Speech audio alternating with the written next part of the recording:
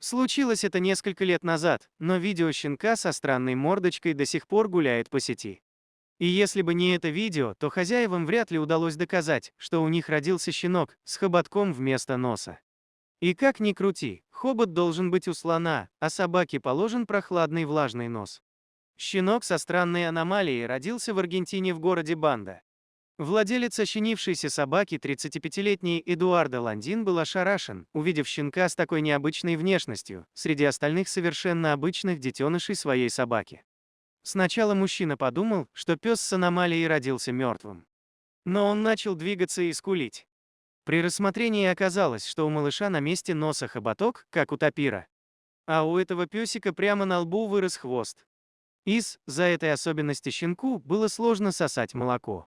Андреа Рика, девушка, которая стала ухаживать за ним, рассказала: мать приняла его, но он не может сосать молоко самостоятельно. Поэтому нам все время приходится ему помогать. Слухи о необычном питомце семьи Ландин стали расходиться далеко за пределы города. На щенка приезжало смотреть все больше и больше людей, в том числе представителей СМИ. Один ребенок, рассматривая малыша, произнес: он похож на Добби из Гарри Поттера. После этого щенка с хоботком стали называть Добби, имя прижилось. Точно такую же кличку дали облысевшему псу из заброшки. Эдуардо решил выяснить, почему этому песику достался хобот вместо носа, и отправился с ним к ветеринару.